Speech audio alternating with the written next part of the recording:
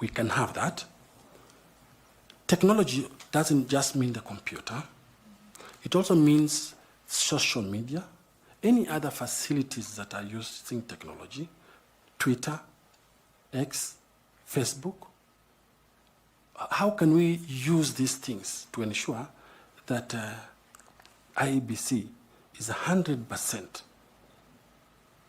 IT friendly? And these are some of the things that will be my vision, to ensure that from the button of your phone, you can ask a question, for example, what is the name of my polling station? That's use of technology.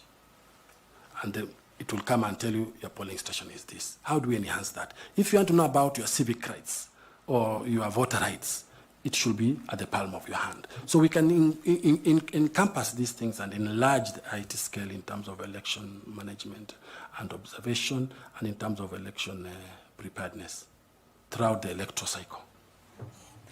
So as a last follow-up question, then what would be the use of technology in detecting and preventing electoral malpractices? Thank you. The electoral malpractices are many, and the law establishes them. And one of the electoral malpractice is misinformation or disinformation, for example, because there's so much that goes out there which is not true information about really what's happening. So depending on the IT expertise that will be there, and depending on the program itself, then it should be able to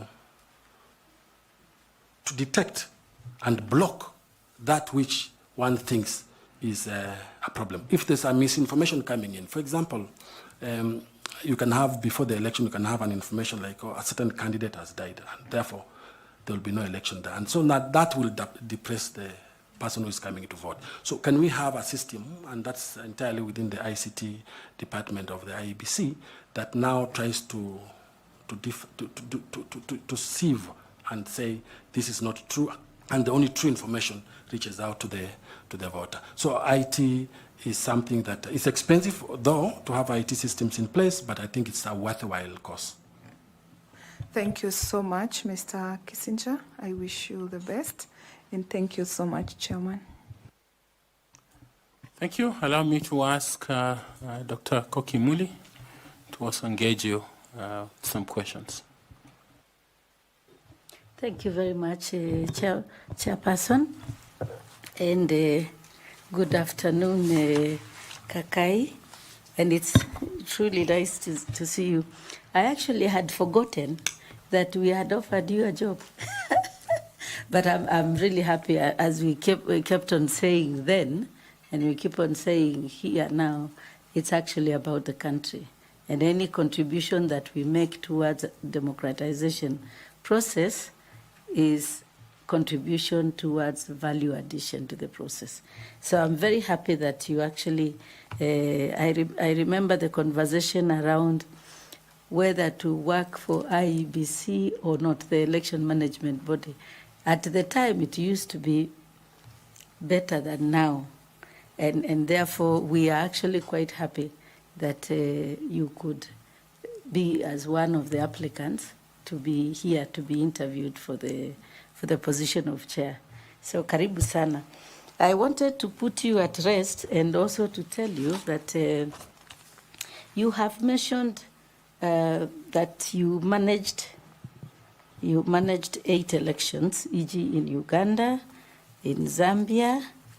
I wanted to know exactly what you did with the EMBs to manage the processes, and also for how long was this assignment? Thank you. Thank you, Dr. Koki, for that question. One of the main responsibility of a coordinator of elections, whether you are hired by the African Union, by the East African Community, or the Carter Center, or any other observer group missions, your work is to pitch camp at the EMB. Your work is to carry the electoral cycle with you and tell that EMB This is the electoral cycle that you are supposed to respect, that you are supposed to adhere to, with the view of having a credible election. You camp there. You then start evaluating as a role each step of that electoral cycle. Did that EMB, election management body, miss anything on voter registration? Did it miss anything on candidate registration? Did it miss anything on campaign finance and campaign issues? Did it miss anything on voter education? If it did, you then identify those issues that were missed, and those issues form your recommendation. As I said, my responsibility was to come up with a mission report, and therefore it forms your recommendation to help that EMB manage future elections in a better and transparent manner. You also, as a responsibility, give them guidance, advice of where you think they ought to improve. You check them. We call it checkmate. You check them.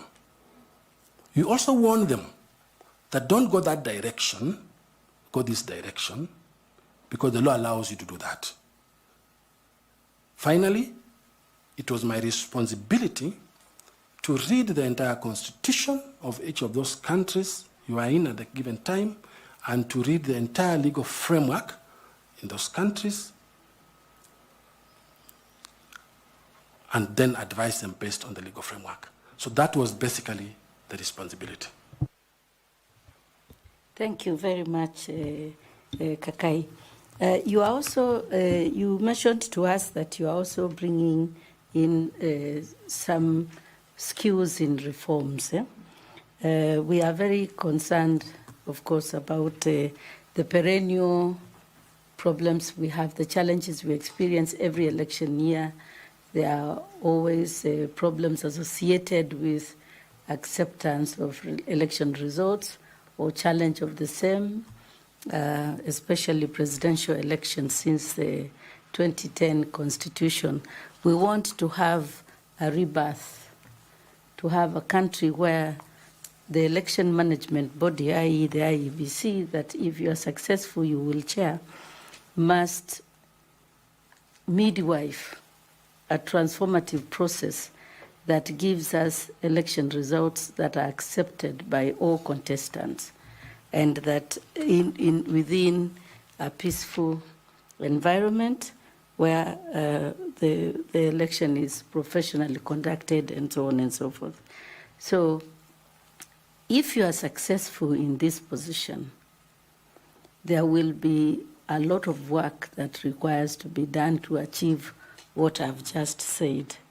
So with those transformative and reforms skills that you are bringing in, identify for the panel the 3 priority challenges that face the electoral democracy environment in Kenya, or that the 3 challenges that the Iebc faces in advancing its work. Just 3 challenges, and then outline for us how you prioritize them and how you will address them to give Kenya that dream destination I've just described. Thank you.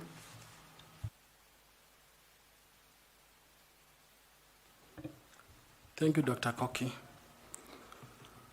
One of the biggest challenges from where I sit will be you have so many gaps in the law. And those gaps have been taken care of by judicial decisions, but those gaps have not found themselves in legislation. That's a very big challenge for the Iebc in terms of reforms. How do we deal with these gaps? Are they doable within the shortest period of time? Is it something that we will go into the next election with these legal gaps? I'll give an example on the greatest reform challenges we have. We are lucky that we have the Elections Act, which is, I think, over-legislated. But we have a constitutional challenge that we'll have to deal with as we go toward the next election.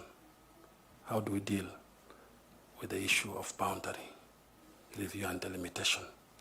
We all know that the timelines has expired. That's a very hot potato in the room. How are we going to deal with this? The issues of protected constituencies. So that's one of the biggest things that we have to look into. As we deal with the reforms, we also have to ask ourselves, how are we dealing with the issue of credibility as a big challenge for Iebc? We year in, year out, we are told that the institution is not credible, for good or for bad reasons, for known or unknown reasons. You are going into another election. You have 2 years to election. As chair, if I'm lucky, how will I enhance and ensure that that issue of credibility is dealt with? Because it all begins with the issue of credibility. What advantages do I do? What do I do to go about it? And how do I bring stakeholders in place to deal with it? Finally, the other challenge I foresee in terms of this is the lack of Iebc Act. The lack of Iebc Act Section 18 allows the formation of the Iebc Fund. We don't have it, and the Iebc Fund will have been good to ensure that those monies that are not coming from the exchequer are acquired from other development partners to enhance the electoral process. So those are some of the issues that I can touch on, and I've tried to say how I can deal with them in terms of reform and in terms of lobbying and negotiating with relevant institutions to ensure that this proper legislation and things take place for the purpose of having a credible election. Thank you very much, Kakai. Thank you very much, Chair. Thank you very much. Allow me to ask FCPA Tanui to also ask some questions. Thank you, Chair, and welcome, Bwana Kakai. Now, let me start. I was looking at your documents, and I saw that at some point at the judiciary, you are the accounting officer. What circumstances are under, at what point did you become an accounting officer for the judiciary?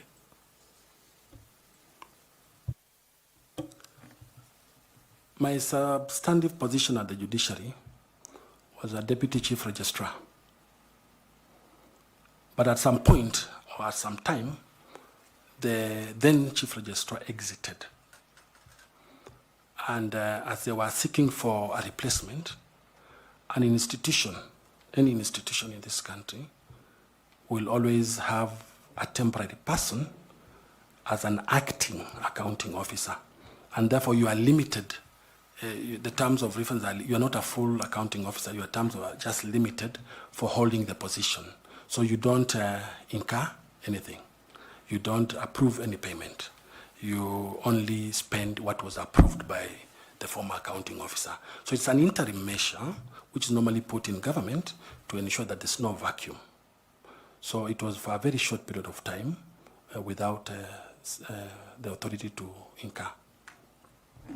Now, with that experience of being an accounting officer, you will note that other than Teacher Service Commission, the other constitutional commission that has the highest allocation of funding is actually Iebc.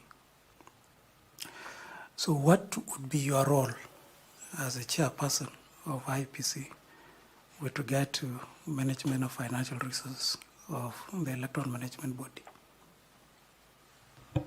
Thank you. If I happen to be the chair, I hope I will, of Iebc,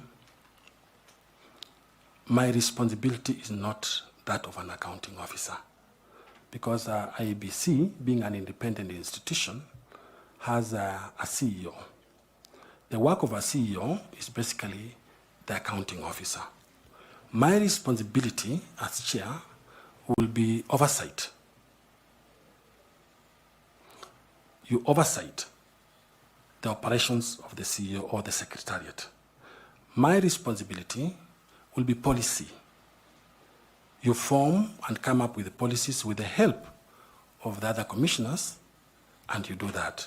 The only issue that the chair has in terms of controlling the accounting officer is if you look at the corporate governance of Iebc, which happens to every other institution, is you have a commissioner from the, for example, Iebc, you have 6 commissioners.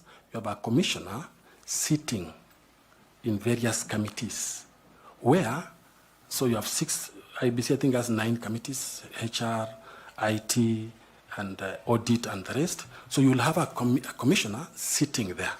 It is that commissioner who will be sitting as a member who will give you briefs in terms of corporate governance and accountability mechanisms that are enshrined on the CEO.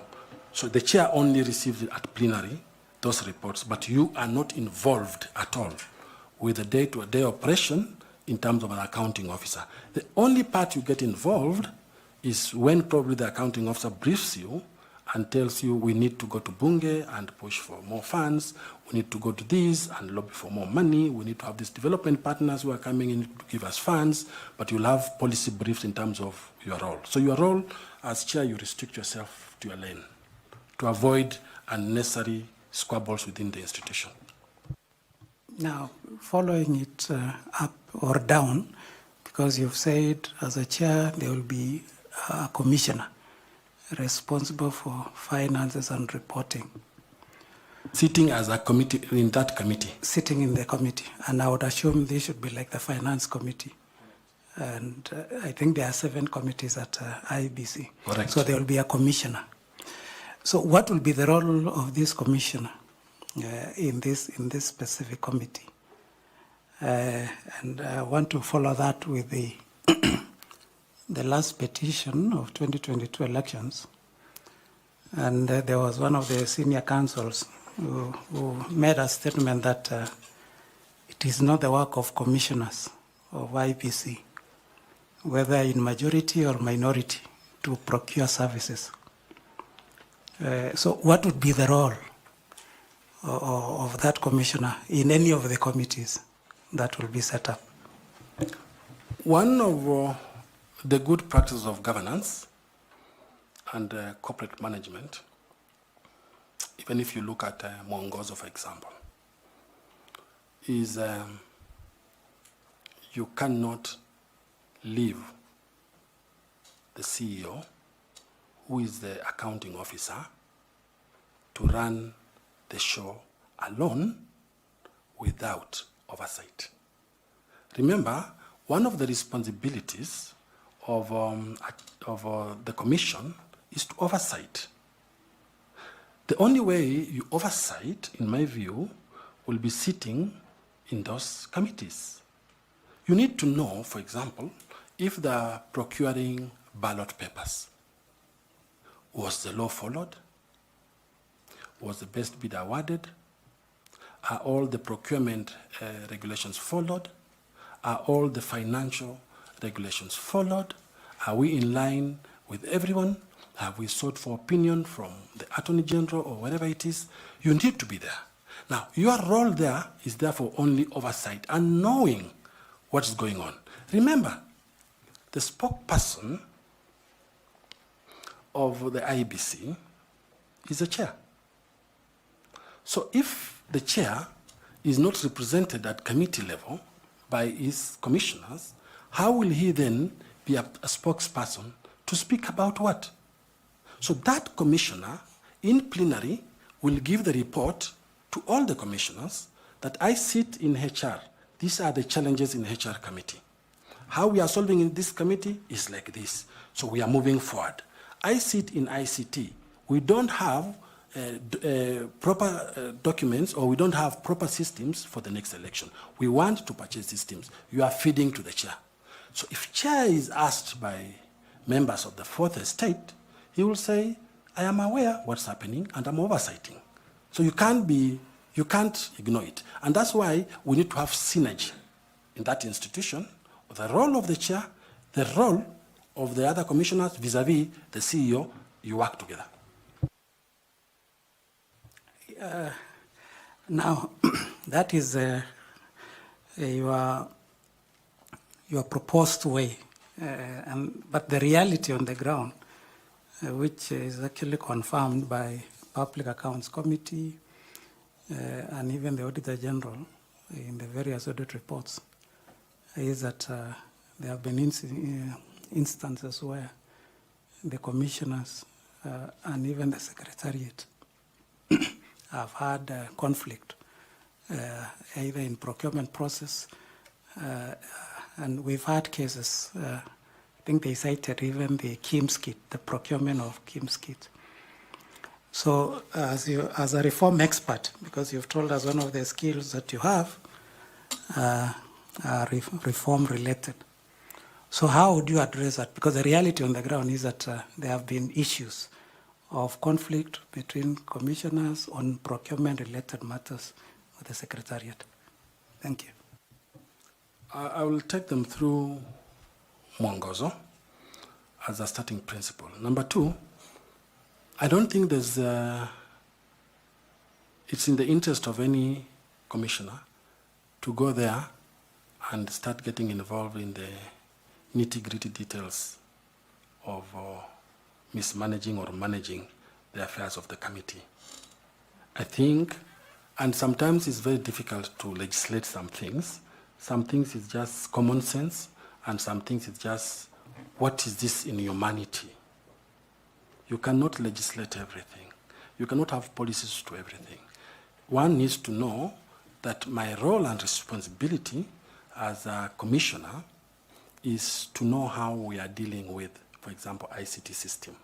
And the only way you know is to be in that committee and informed.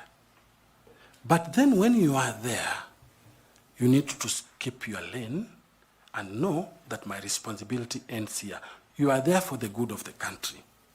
Because unless you oversight, suppose the CEO missteps, suppose you are not aware that we don't have voting materials in place on time, who will explain that? You need to have, you are in the kitchen.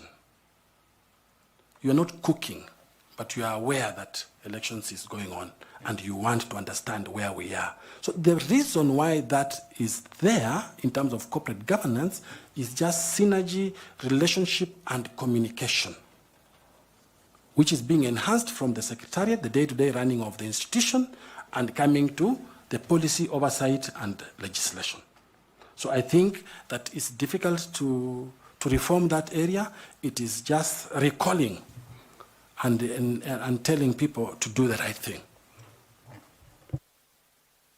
Now, I've heard you mention about mwongozo severally, Code of Governance. Is mwongozo applicable to constitutional commissions and more so Iebc? And secondly, in light of the ruling, there was Engineer Kamau, if you followed the case of Engineer Kamau, the CS, Jared Ngilu, with the EACC, where during that time there were no commissioners at EACC, and they were prosecuted, and they went to court, and they said there were no commissioners at EACC. And in that ruling, it is actually said that the commission is the commissioners. It is not the secretary. So that there can never be a commission without commissioners.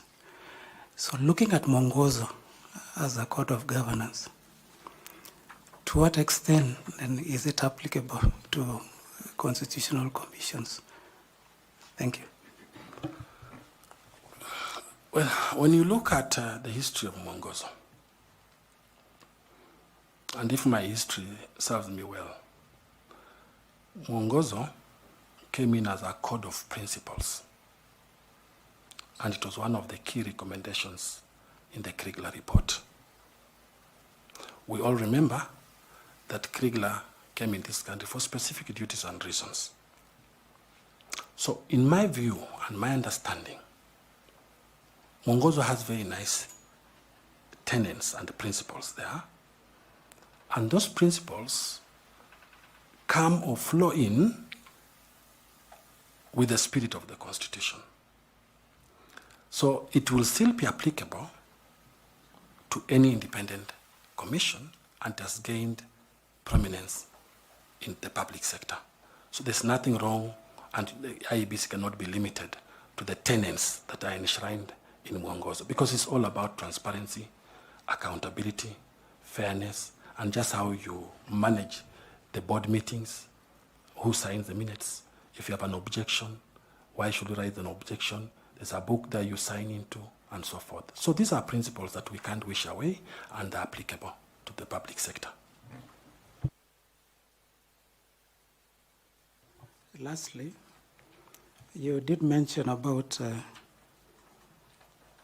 the Campaign Financing Act, and you did mention that the regulations are yet to be, is it enacted or approved by the National Assembly? What did you? The regulations Yes. are supposed to be enacted, enacted by the Iebc. National Assembly has got no role in the regulations. So I believe you must have done your background study before you came for this interview. So what is the status of those regulations? Have Iebc drafted them? Have they ever been presented before the National Assembly since 2013 when the Act was enacted? I wouldn't know, because that issue was live in court. So this is guesswork.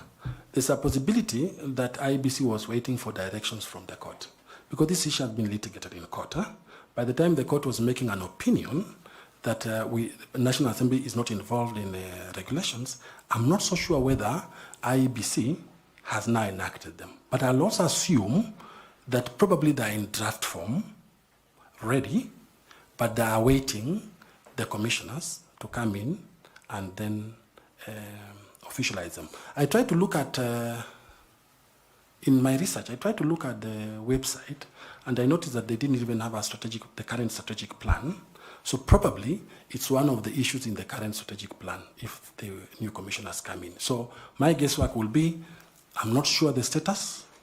I don't know whether they're ready or not ready, but all I know is that the new commissioners will have to deal with the campaign finance regulation in the shortest time possible before the next election. Thank you.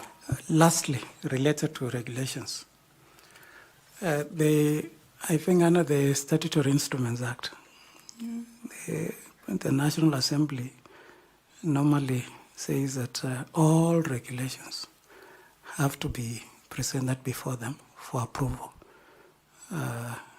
before implementation. Yeah. Does that apply for constitutional commissions, and in this case, Iebc, that requirement? Again, when you look at that ruling, and this is where many courts come up with different rulings on this issue, and sometimes Kenyans get a little bit confused. But unless that ruling has been appealed, I'll stick to that ruling. And the ruling was to the effect that Iebc has full mandate to prepare regulations without involvement of the National Assembly. So I will stick there. I'm not so sure whether the lawyers appeal or whether there's an appeal on board or not, but at the same time, I know how important it is, because the National Assembly are politicians and they are stakeholders. So I know how important it is to have stakeholders engagement through those regulations, because there has to be something called public participation. So my assumption then will be that when they came up, or when they will be coming up with the regulations, there will be some public participation, and that public participation will then involve politicians, and politicians will have a say, because you can't rule away the involvement of politicians. So as much as our law is very descriptive, as much as our judges stick to the law, because that's what they are trained to stick to the law, there is what happens in the machinani on the ground is different. So I think that that engagement is critical, and that's why we have the Political Parties Liaison Committee, body under the law, which can navigate around these issues. Thank you and wish you all the best. Thank you, Chair. Allow me to ask James Misati to take up and ask some questions. Thanks so much, Chair. I also take the cue to also ask you a few questions related to the governance of IPC, if you are given the opportunity to be the chair.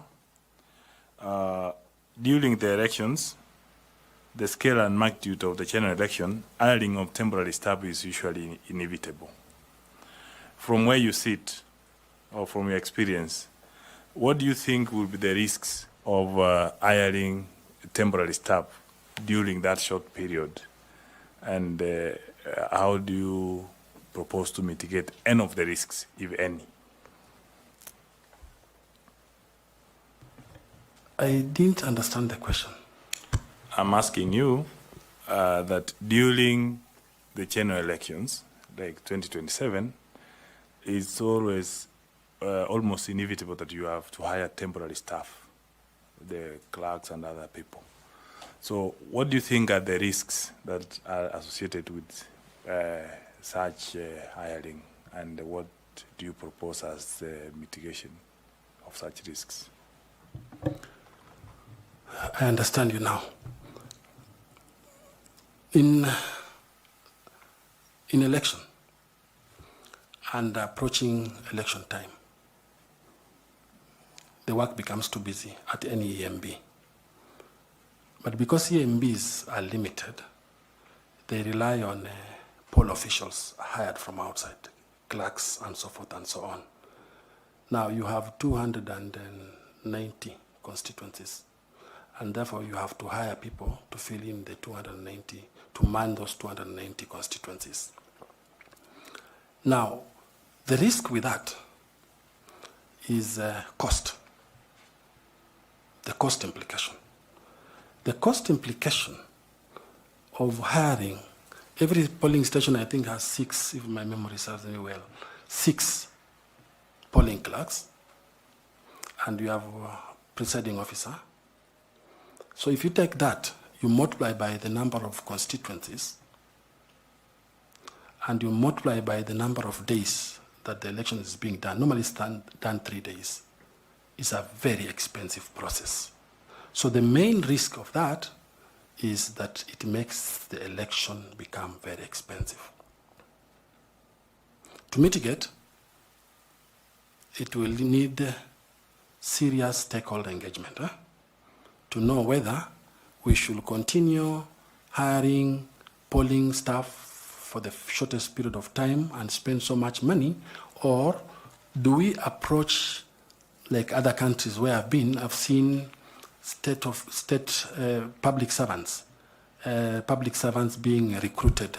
Of course, they don't earn a salary to do the election work. That happens in so many countries, but then there's also a risk to that. But the main risk is cost involvement.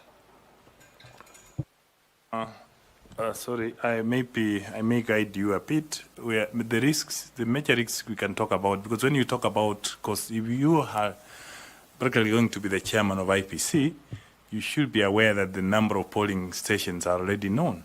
So there is no way you can say that the cost will be a risk. The risk, we may be talking about issues of security risks, the issues of logistics, and maybe getting people to the system to handle documents who are not well trained. Because I should not think that the issue of cost should arise, because I should expect that if you are chair of IPC, you should be able to plan early enough, because that's where the cost is factored in from Treasury. So issues of logistics, issues of lack of adequate training, those are some of the risks we can think of. That's for your guide. Thank you. Because getting in new people, you may not know them. They have been proposed by politicians and other things. Now, The other thing I want to ask you in relation to the governance of IPC, if you get an opportunity and you are the chair of IPC, several reports have been talking about the conflicts between the secretariat and the commissioners. What do you think you'll be able to propose to finish those perceived conflicts once and for all? Thank you, Mr. Misati, for that question. The chair of IBC has specific mandate and responsibility and is the head of that institution.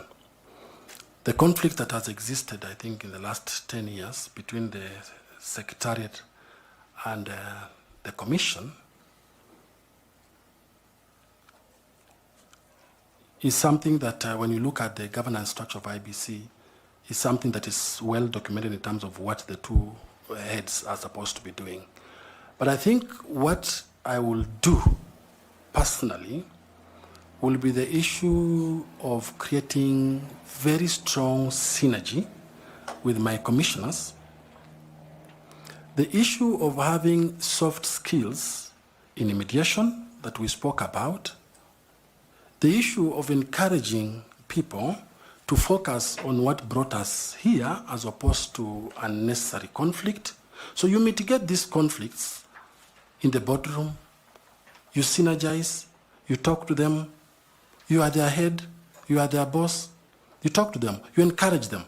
Because some things you can't legislate beyond what human being can do. So I will more of apply soft skills to ensure that conflicts do not arise. But also have regular meetings with the CEO, because the CEO is basically the secretary of the board. So have regular meetings with the CEO and bring those conflicts in the boardroom and find out where is the problem and how can we solve it. Because remember, the current IEBC is going to be there for only 2 years and elections are online. Did Kenyans take you there to go and start fighting in the boardroom? Kenyans took you there to deliver a credible election. Can you focus on the mandate you're supposed to do? So more of synergy creation. Thanks so much. The last question from me. From the recommendation of the Krieger report, they recommended that the professional body of IBC, like the Secretariat, to be very independent. Do you think it's practically possible? Because Krieger report to professionalize election management by making the Secretariat fully independent in its operation duties. Do you think such recommendation is practically possible in our current situation?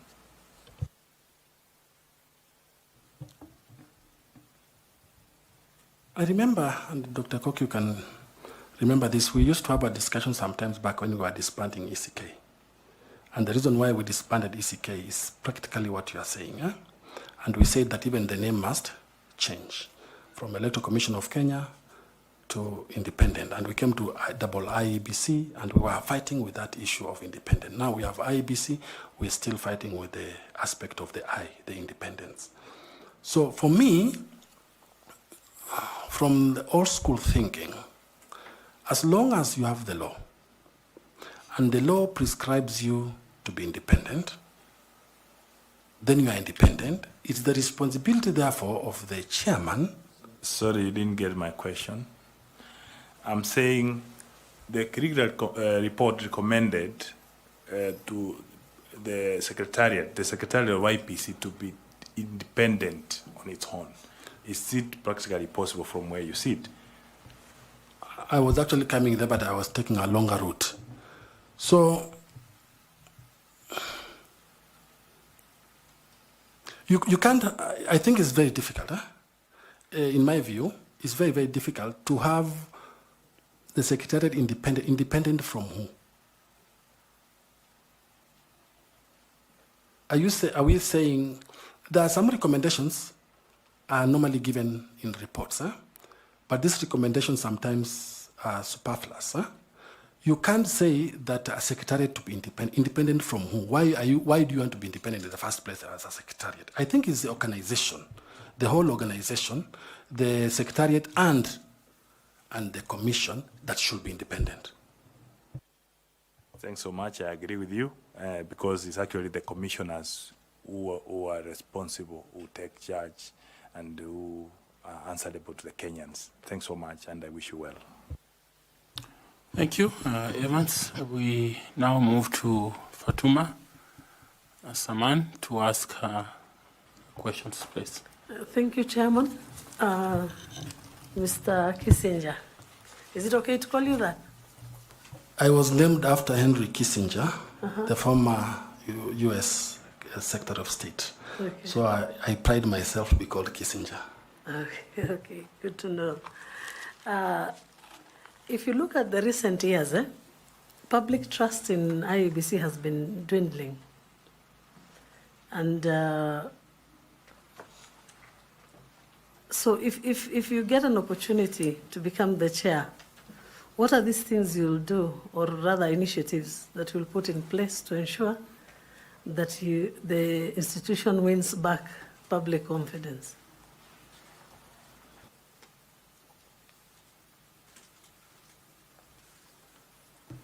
Thank you. Trust will always be a challenge to any EMB. We have a trust deficit, a trust issue with the Iebc. Some of the practical things we can do is increased stakeholder engagement. You need to bring together all the stakeholders in the electoral processes and discuss and come up with practical solutions on how do we deal with this issue of trust. Because once you don't have trust, then it will challenge you with the issue of credibility of the election. Number two, you need to have a very strong communication team or communication strategy. What is it that you are doing? You need to be as transparent as possible. You need to open your doors and your windows to everybody, every voter, every Kenyan to understand what you are doing. You need to communicate. You need to be felt. You need to be everywhere. That's the only way you increase the issue of trust. The electoral processes, again, from beginning of voter registration, you need to be very transparent. If members of the public are saying the voter register is not proper, is not updated, explain to them. Increase their trust. Explain to them why the voter register is not updated. Tell them and give them very practical solutions what you are going to do as an IBC to have a proper voter register, because a critical document when you are going to the election. Voter education, you need to explain to them. So that trust issue entirely means you need to enhance it through those mechanisms that I've talked about. But more important is communication. You need to be trusted before that voter goes to an electoral process. Just as a follow-up, how do you balance between independence and stakeholder engagement? Because there are, of course, stakeholders that if you do not engage wisely, the institution may lose its independence. So how do you balance between that? And unfortunately, when you are working in the realm of elections, you must have a stakeholder engagement, because it's the stakeholder engagement that gives you the trust issue that we are talking about previously. So you must have stakeholder engagement. And luckily for us, we have even legislated the stakeholder engagement. That's why PPLC exists, to bring these parties together. And also, situations arise when all voters want to engage with you. But when you are engaging with the stakeholders, you are limiting yourself only to the process of election. You are limiting yourself only to the transparency of the election. You are limiting to yourself of only the gaps that exist in the process that you want to fix with the help of those stakeholders. For example, if you are going into an election and you don't involve critical stakeholders like women organizations or PWDs or minorities, you will have a problem. But now, how you limit that engagement to independence is that you allow the engagement to take place, but you go back and say, I am independent, and I'll only stick to what the law says that I must do, and therefore you will give me, as a stakeholder, you will give me input, but that input, if it will compromise the independence, then I will not do it. Thank you, Chair. Mr. Nicodemus Bore, do you want to engage the candidate? Thank you, Chair. Kissinger, when you are describing your CV and yourself, you said you are a reformer, and would wish to tell this honorable panelists an area in which you have really taken up on reforms, and in case you get the opportunity to serve as a chair of Iebc, what kind of reforms will you bring forth to the Commission?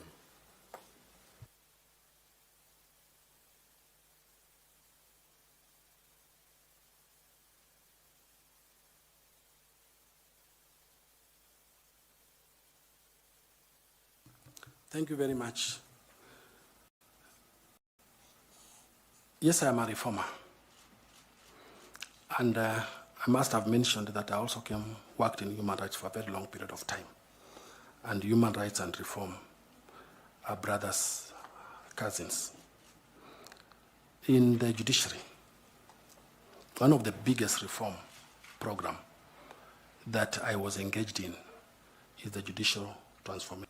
And I had mentioned to it previously, which was a US-funded, World Bank-funded project that transformed that judiciary to where it is. I pride myself for that, and nobody can take that away from me. When it comes to other reforms, I said that I was in the GIZ, the German Technical Cooperation. My work was basically reform. Reform-based in the sense that you follow up laws which have not been enacted, and you ensure you enact. And we were supporting the Ministry of Justice at the time with a lot of reforms during the GJ laws, and supporting the ethics and anti-corruption with combating corruption on laws on corruption. That is reform-based. When it comes to, if I happen to go to Iebc, what reforms will I do? One, have a desk, recruit a person, or if there's there's a legal department there, have a desk in the legal department.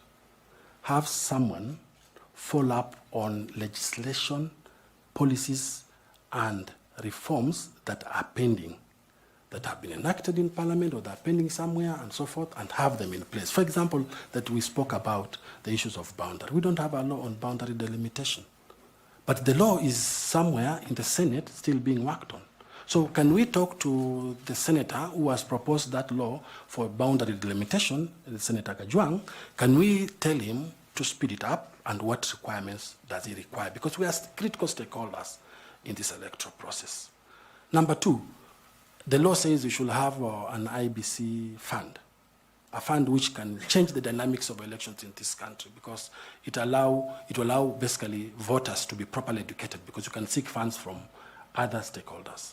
Can we have this in place as a reform mechanism?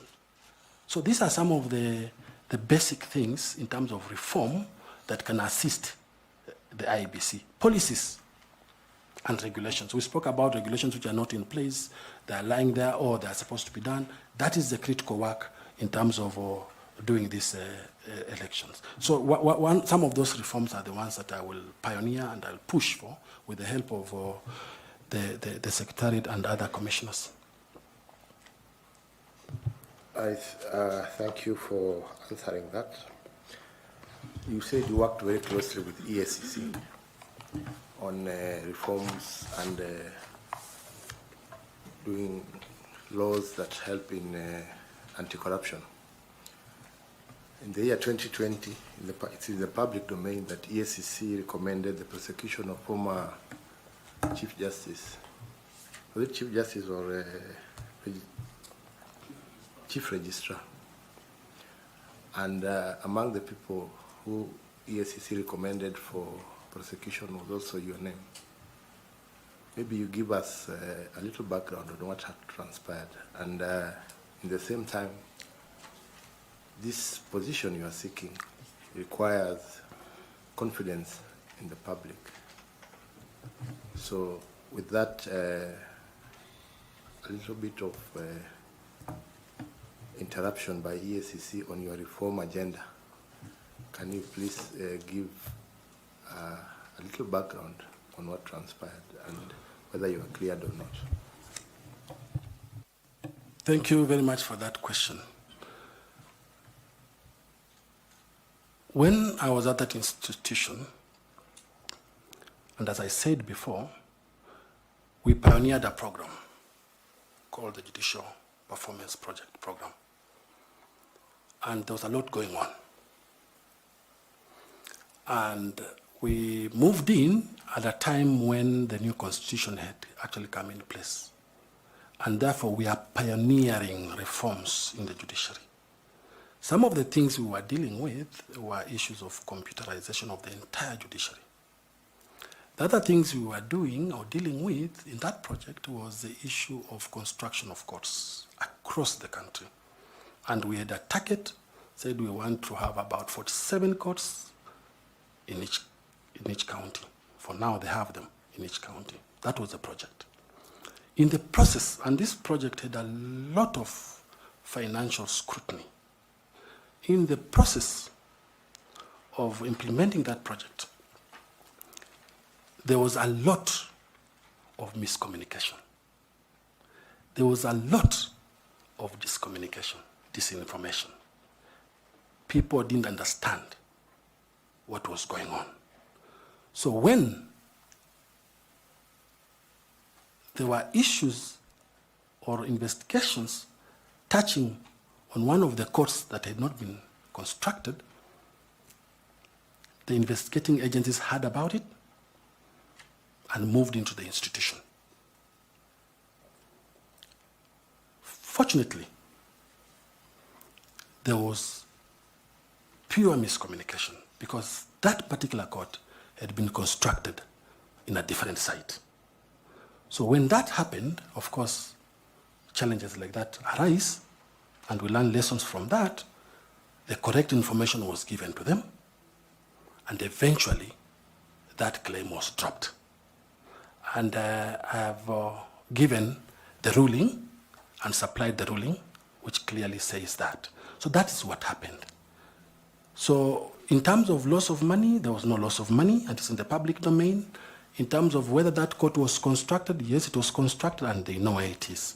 So that is what happens. But I must say, in public service,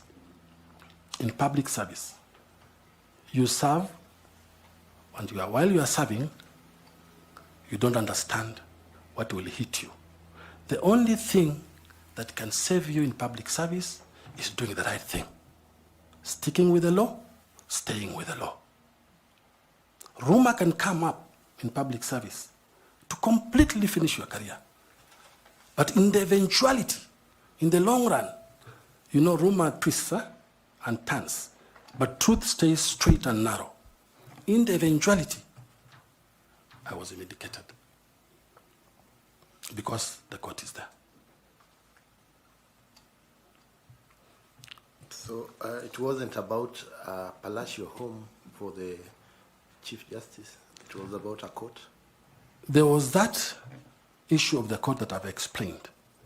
There was also the issue that arose about the house. And eventually, the only claim at the time about that, and it's good that I talk about it, the only claim at that time that that house had been purchased without a cabinet memo. You know, for purchase of a house at the time, you needed a cabinet memo from the president. We had just come into that institution with the exit of President Iebc. This was the new administration. Government documents, when there's change of government, takes forever to get them. When that memo eventually was established and found where it was, it spoke the truth. What the management was doing was only implementing what the cabinet memo by the former president had said. But because there was change of government, there was no memo to be traced. We had a challenge with that. But eventually, that was also withdrawn. Thank you, Chair.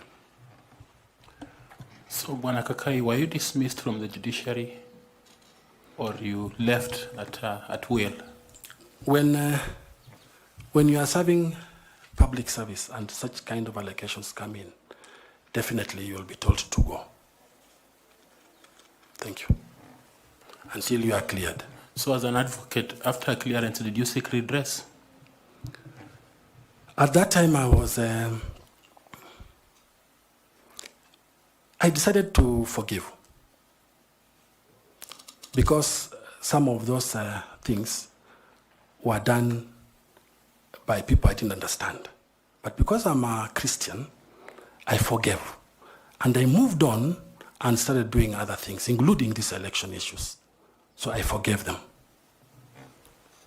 So in the records in Kenya, is that you have been dismissed for gross misconduct, for violating public procurement law in Kenya? No, that will not be the law. That will not be the thinking, that will not be the understanding. I was not dismissed on those grounds. What were the grounds? You know, when that happened, they said that everybody must go and processes must take place and procurement and the EACC must come in and do the investigations and so forth and so on. So then, ideally, everybody was then let to go. And that's what happened, and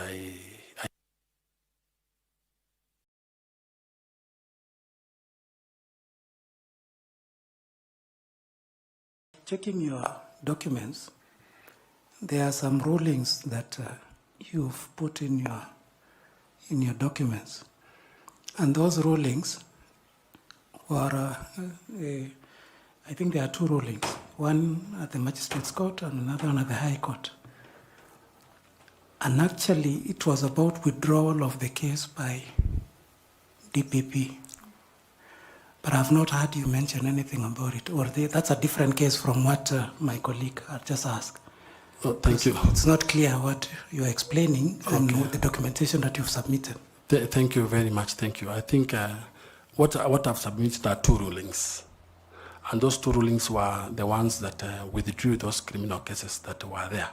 The ones that I spoke about, the CJ House and also the Mavoko Court. Those are the rulings that I've submitted. And that's the ruling that came from the High Court when the cases were withdrawn. And they're on record. Okay, Caro, do you want to engage a bit? Yes, Chairman, thank you. So, Mr. Kakai, is the cases were withdrawn under Section 210? Or on what basis did the DPP withdraw the cases?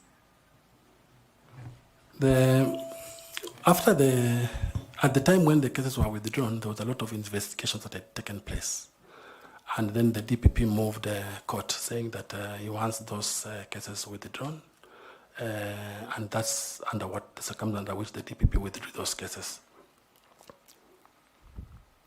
And when you look at that ruling, it explains under what circumstances the DPP withdrew that case. So it was withdrawn.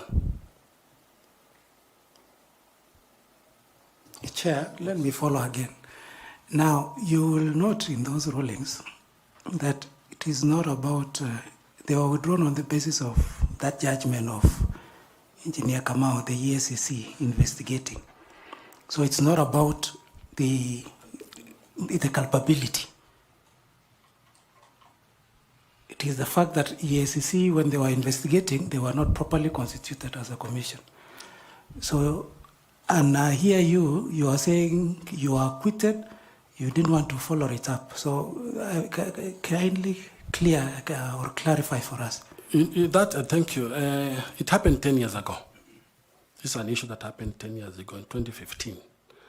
And when we went to court, of course, we defended ourselves. And eventually, after about almost all witnesses had actually testified. And at that time, in his wisdom, and looking at Engineer Kamau's case, because that was an active case at the time, in his opinion, then the DPP felt that he would withdraw those allegations. For the last 10 years, since the withdrawal of those cases, I've not had any complaint, I've not had anything from them, there's no active case, in short, that is existing in court. Okay, thank you. Professor Adams Olo. Thank you, Chair. Kakai Kissinger, I've had occasion to work with you in some projects. You can see how members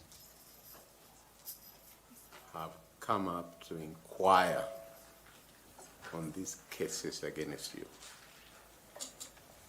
And they're doing so because a person who wants to be an Iebc chairperson, or if that person becomes the Iebc chairperson, they usually face intense scrutiny. And you can see the questions are coming because all these responses you have given,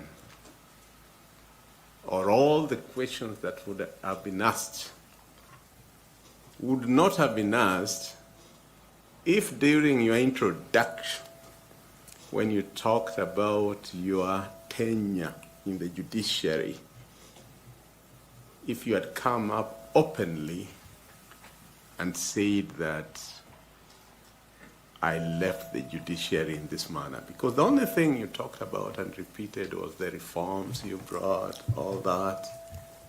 But when it comes to where there was some cloud, you remained silent. Yet IEBC is an institution that has low trust, as you told us. And therefore, with all these questions that have come, and with all the clarifications that you have had to make, as you sit there as Kakai Kissinger, if the panelists are having questions, you can rest assured Kenyans are also having questions. Look at them and tell them why, despite all those clouds on integrity, they still should trust you to be the IEBC chairman. Thank you very much. My integrity is unquestionable. My integrity is unquestionable. I have worked in public service, and I worked in that judiciary. I left that judiciary with my understanding that I was a victim, with my understanding that you can be in a place of work and something hits you without knowing where that thing came from. Not all public officers, ladies and gentlemen, not all public officers who are dragged and taken to court are guilty of what they're accused of. Remember, I was a deputy. Remember, I was doing my functions to the best of my ability. If I knew by any insights or any reason that I have a questionable integrity question, then I wouldn't have applied. I applied knowing very well, with clarity of mind, that I'll walk the path of truth. That I'll come here, I knew I was coming, I applied. I'll come here and tell the panel what transpired. I liked what Chairman said when we began this conversation, and he said, this is a conversation. And indeed it has turned out to be a conversation, and it's part of the conversation. Kenyans should never, never, never accuse or hear something has happened to somebody and think that that person is associated with that thing. It's called the pitfalls of public service. So my integrity is unquestionable, and even before the eyes of God. Thank you. In your previous leadership roles, and there are many, can you tell the panel the 3 challenges that you overcame and that will be relevant to your role as chairperson of the Iebc, and how you navigated and solved those challenges?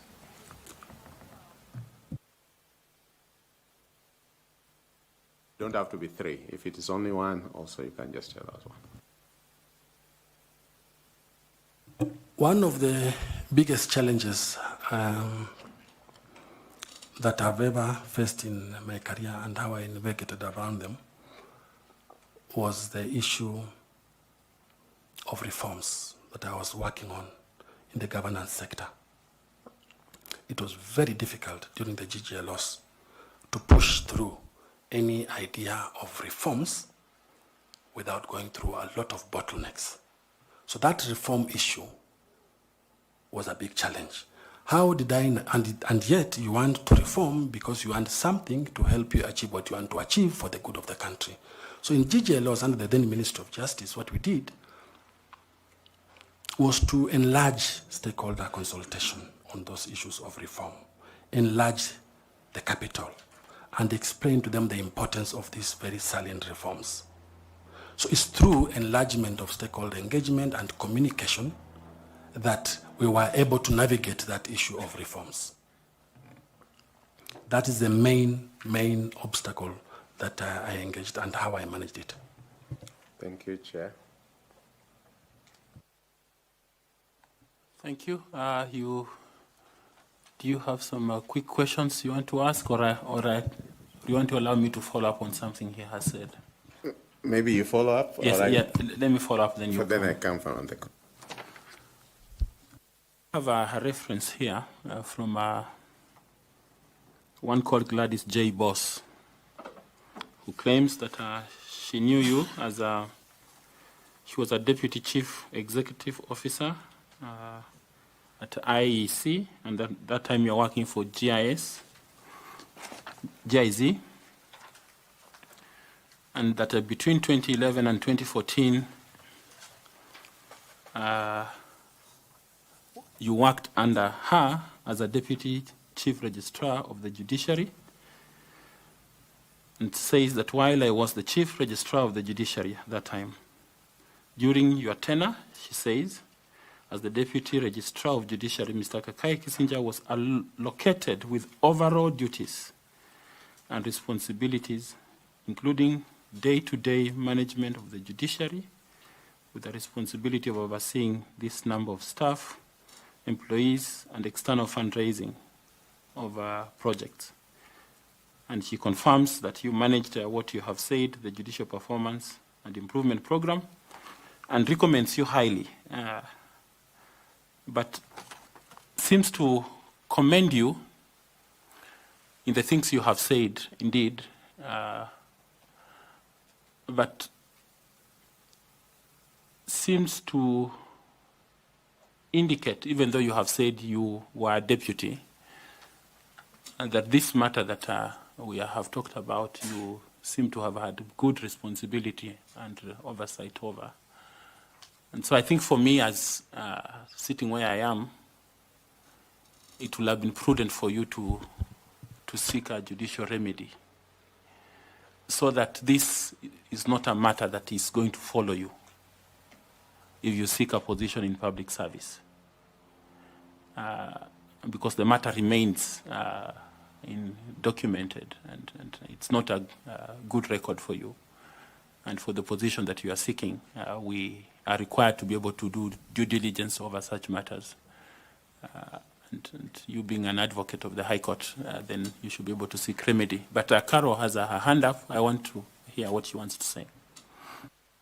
Thank you so much, Mr. Chairman. Mr. Kakai, allow me to just follow up on a small issue from the court decision. I've had the chance to look at it, and yes, it's true that the court did allow the DPP to withdraw the case against you and your co-accused in that matter. Now, two things come to my mind.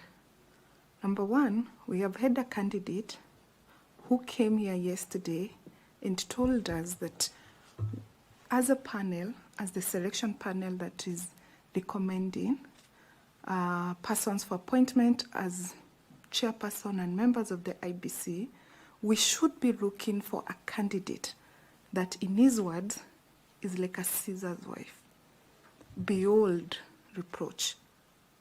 It's a very high standard of ethics and integrity, if you look at it in that way. Now, it is a fact that, indeed, at one point in your life, the EACC recommended to the DPP for your prosecution. It is also a fact that the DPP agreed with the findings and recommendations of the EACC and actually charged you in court.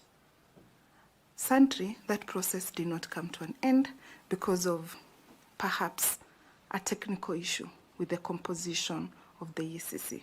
So as I sit here now, I am not able to say whether or not these alleged serious allegations about public finance, public procurement, and abuse of office, allegations against you were established and or not.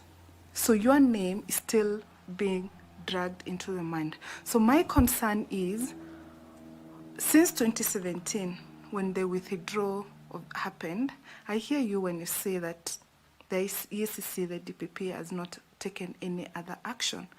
There has been public outcry out there on the DPP's processes for withdrawal. So I just need to get your comment and clarification on whether or not there could have been political interferences. And I'm saying this very respectful and with very minded of who your co-accused persons were in that matter and the spaces they occupy today. Could there have been any political interferences why, subsequent to the constitution of the EACC, no other charges or any steps were taken? And what do you say about the fact that these allegations continue to follow you 10 years later, as you say? I don't, thank you very much for that question. I do not think, I'm not a politician, I can't speak on behalf of a politician, but I do not think that there was any political interference. As I explained earlier, the issues that arose at that time was pure miscommunication and not understanding what happened, and the EACC moved in. So I wouldn't think that there's any issue that political interference has happened, because this, as I said again, happened 10 years ago. In terms of the approach and in terms of my understanding to the process that took place, and I said and I repeat, we had gone through all the witnesses. And at the time when now EACC DPP was withdrawing, most of the witnesses had taken stand. And they knew clearly where the case was going to go. And they could see, because now the evidence was sufficient enough. I said here, and I repeat again, I am a person of high integrity. And I might have happened to be in a place at the wrong time, but that doesn't question my integrity at all. It is the only thing that, you can be in a right place but at the wrong time, some bad luck, but I have got no question or no doubt about my integrity. Thank you, Mr. Kisija, for that assurance, and thank you, Mr. Chairman. Okay, Tanwi, if you don't have something to follow up, I will let Adams go. Yeah. I think he has. He does. He does have something to do. He has not answered your question, Chair. You know, you asked him if it were you, you would look for remedy. And we didn't hear. What is your comment? I mean, you decide to leave it that way and forgive?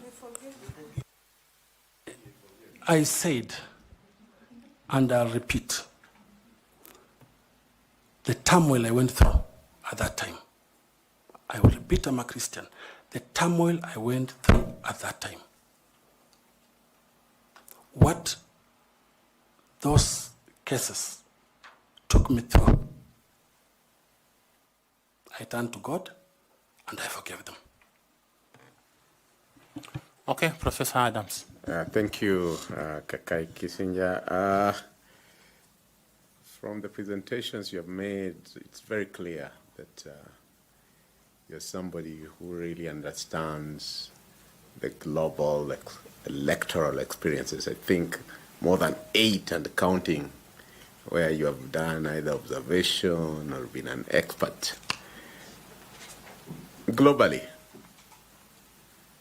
list the 3 conventional electoral systems that countries apply and tell us which one of those that are applied conventionally globally does Kenya use? I'll mention 2. We have the civil and political rights as a convention. I'm talking of electoral systems. Okay. On the electoral system, we have the first past the post. Winner take it all. That is what we are using in Kenya. We have the mixed proportional representation. That is another legal system that can be used. Okay.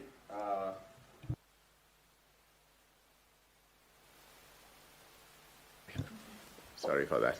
In Kenya, for one to be declared the president, what is the threshold for you to be declared president-elect? 1, you definitely contested.